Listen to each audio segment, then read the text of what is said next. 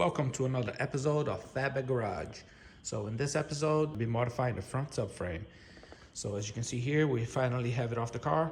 I'm decided to do this on the ground. I think it'll be easier because I can cut the top and then just flip it around and finish the cuts.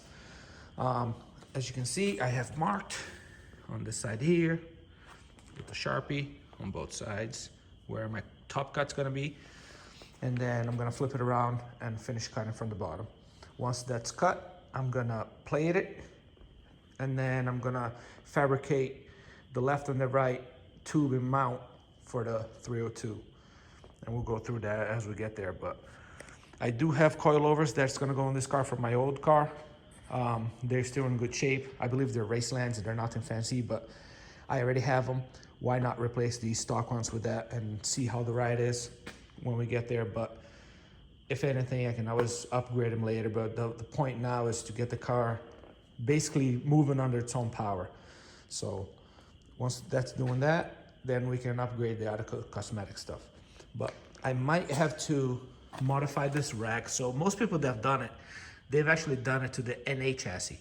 And for some reason, the NA rack, as far as I know, does not have these two lines facing out. They both come out from inner side here.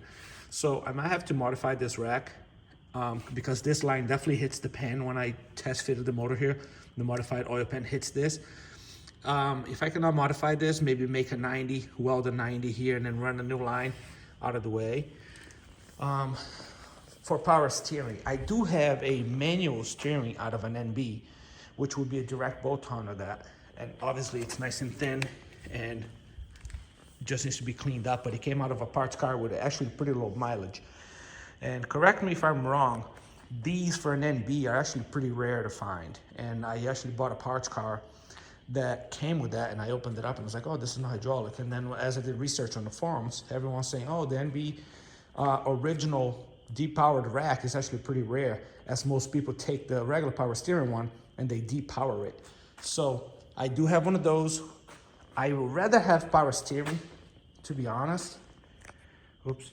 But if it turns into too much of a hassle, I might just throw that manual rack in there and call it a day. I mean, we're building a man's car here. We're not, you know, we should be able to turn the wheel. But it would be nice to have power steering. So since I already have a pretty much brand new rebuilt pump that goes on the 302, I'd like to get it connected, but we'll get there when we get there. For this episode, we're gonna focus on modifying the subframe. So I'm gonna make my cuts, as you see here. I already marked it, this side, that side.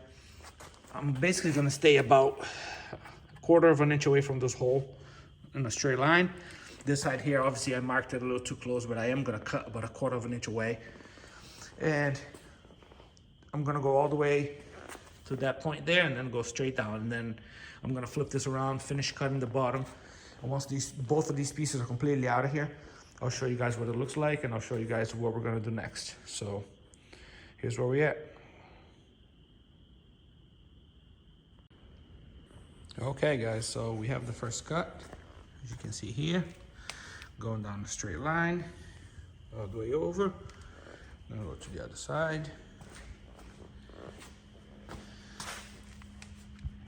Let's zoom in here.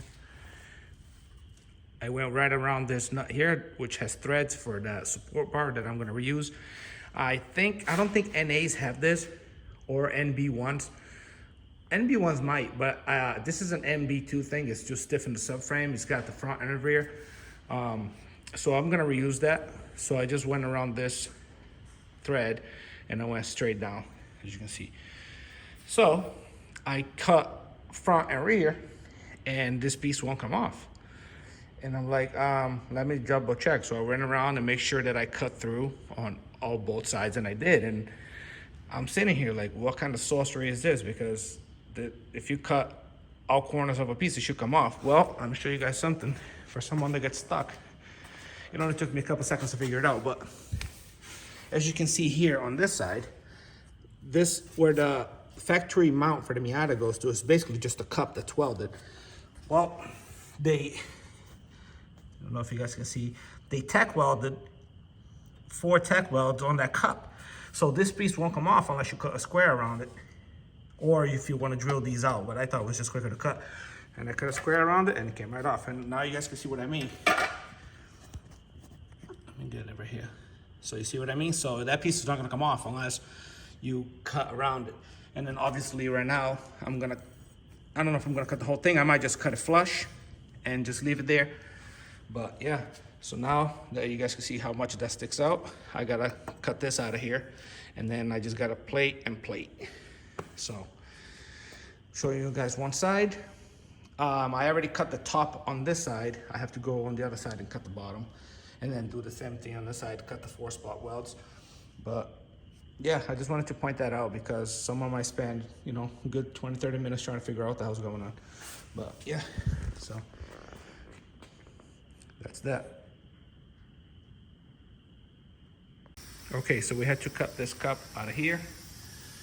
This is for the factory motor mount for the Miata.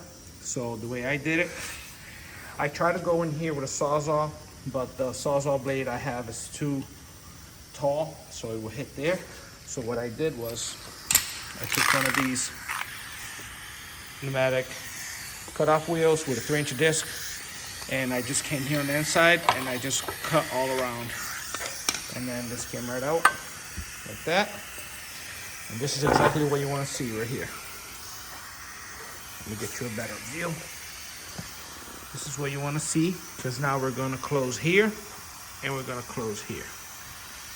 And I'm going to actually make a plate, probably cut a piece of plate round, and I'm going to put it here, and I'm going to weld it all around to block this off to make it more rigid. So this side, the cutting is pretty much done. I'm going to start grinding all the edges to bare metal, and then I'm going to go get some scrap 1/8-inch plate that I have, and I'm gonna make stencils out of cardboard and then transfer them over to the plate and then tack welding it in. You guys will see everything. But so yeah, one side is pretty much done. Let me disconnect this. One side is pretty much done as far as cutting. I already did the front on this. Now I have to do the back. So I'm gonna do the back, and then we'll start cleaning things up and making templates.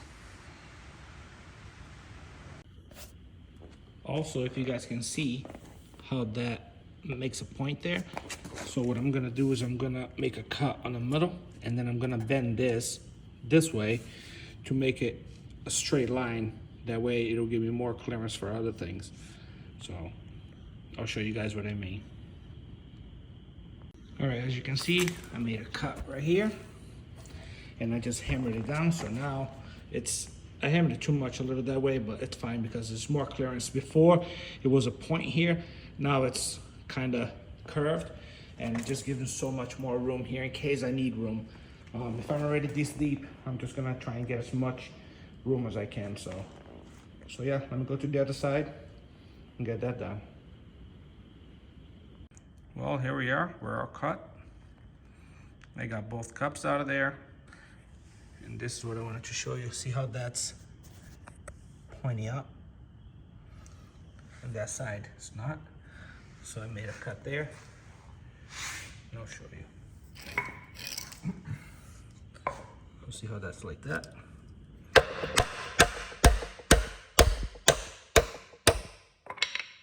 Now, straight. And I can just weld the top. I haven't seen many people that did that, but I don't see why you wouldn't. I mean, it's just extra clearance for whatever's gonna sit here. I think right here is probably gonna be my power steering pump.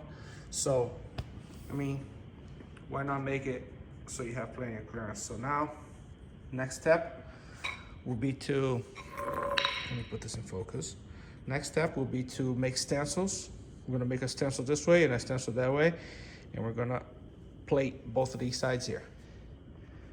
Once that's all plated, then we can start measuring and working on the two square tube pieces that's gonna go up, and that's what's gonna be your motor mount for the 302. So we're getting there. So we're getting ready to wrap this up. I've been working on this for a decent amount of time.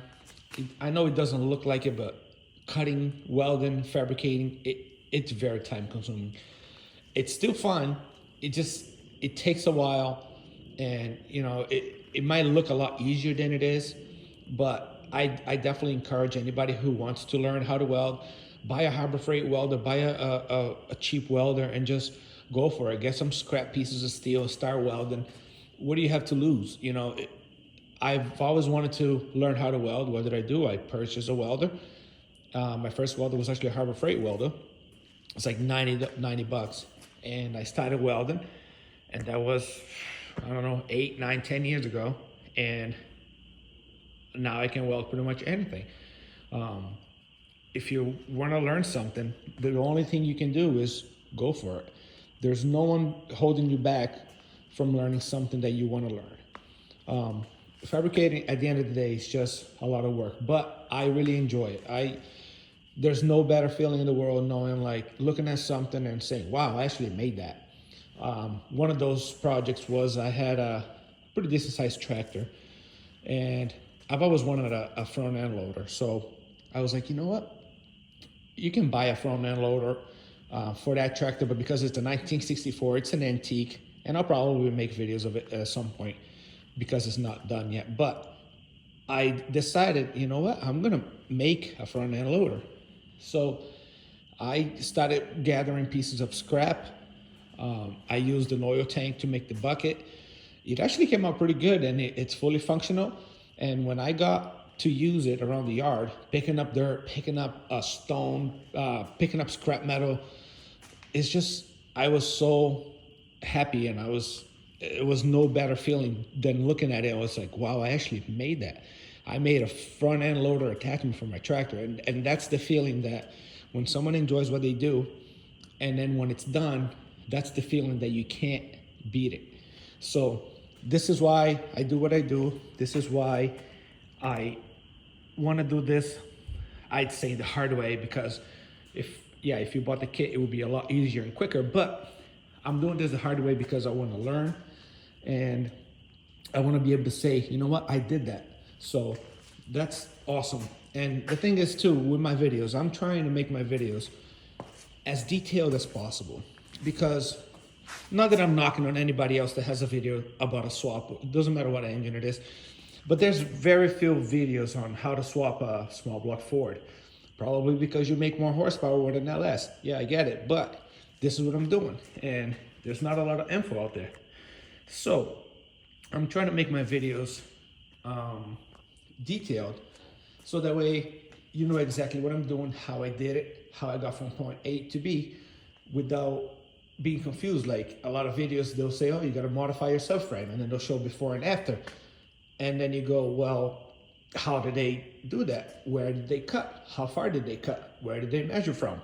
These are all things that I want to be able to include in my videos, so that way there will be no questions. And obviously, if there is questions, feel free to message or leave a comment, and I'll be happy to answer. But just bear with me as far as keeping the video very detailed, because that is the point.